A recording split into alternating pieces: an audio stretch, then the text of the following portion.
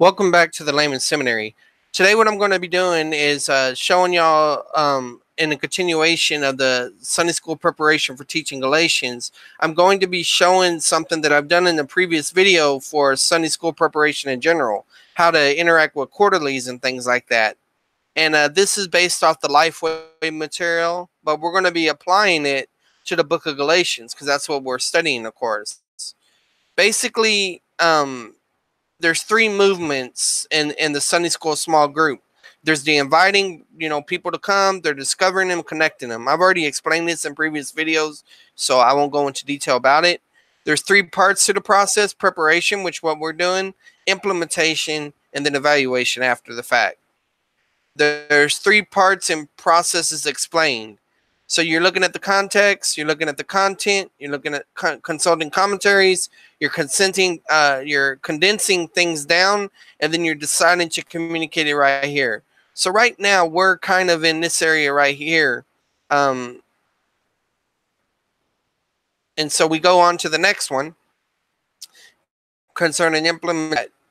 But what we're really dealing with right here is whenever you're looking at your material, your book, or if you got a DVD or something like that, you're looking for everything that's in bold points. You're going to see, and I'm going to show you how this works. You're going to see the title, the passage, and the main point given up front. Then you're going to look through and you're going to look for usually three main subpoints, and you're going to rearrange these later on. Okay, so it will start out with the introduction, icebreaker question. You'll have an explanation, and it'll be the context of the passage, the content of the passage. And so here's the main point right here. If you have any subdivisions for this point, you would put them here, and then each one of these would be a subpoint under this. And I'll show you how that works. Skill or principle, a main illustration, application, those things like that. So this is what it led to the passage that I'm actually doing for tomorrow. I don't recommend doing all of this, so leaving it all on here. I would take it a step further, and I'll probably do in the next video how to make this into a more condensed outline, more of a keyword outline, because you want something that's going to jog your memory, but at the same time, you don't want to sound stilted. In other words, you want to be flexible. And this is assuming you're not using any other resources, that you're just using Lifeway, which in the previous videos, I've actually dealt with my own study and things like that. So I'll probably integrate a little bit of all of it. But so let's look here. So they have session 1, true gospel. Believers must faithfully hold to the only true gospel message. So like I said, then your introduction icebreaker. They're talking about how you tried to open the door with the wrong key. Then you get a section and they give you some background about the context.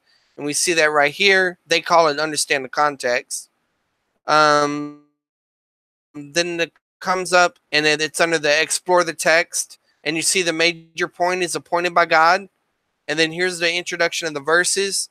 You have a description or an explanation of these particular verses that you have here. After that, you can emphasize certain action words that stuck out, because you got to be selective in what you include and what you exclude. Here's a question that they ask, and then there's a section here for key doctrine. Not all of them have key doctrine, so you can just omit what doesn't apply. But this is the exact same structure that I was using in Acts, but it's being applied to another book. So it's sort of like reverse engineering here. So once again, here's the main point, the verse, the description, emphasis, and question. This one didn't have a question, but you can make your own question. Verse 4. So things here. And so description, explanation for each, emphasis, question. Same thing, verse 5, all the way down. The issue is because, like I said, I copied and pasted from their documents, but it doesn't really matter because I'm going to take it and make it into something else in a moment. So you got all that going on.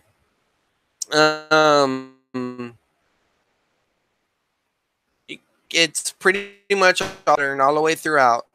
And you get down here and they have a thing for key doctrine, which is salvation. You could talk about that.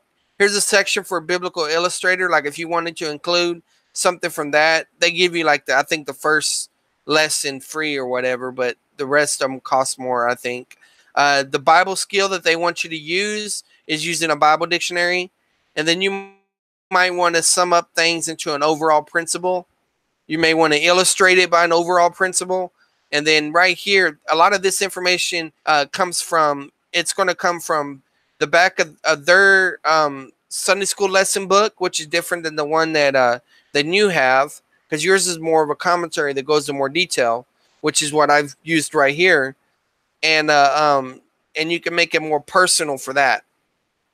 So that's basically it. And so what I basically established is that even though we were in Acts a long time ago, and even though we just finished 2 Samuel, we've been in historical books, pretty much the same outline, the same structure of the material applies. And so you can learn from this, whether you use their material or not, you can use the same structure to organize your information. So if you think this was helpful, subscribe, share this with others, hit the bell if you want notifications, thumbs it up, and keep us in prayer most of all. God bless.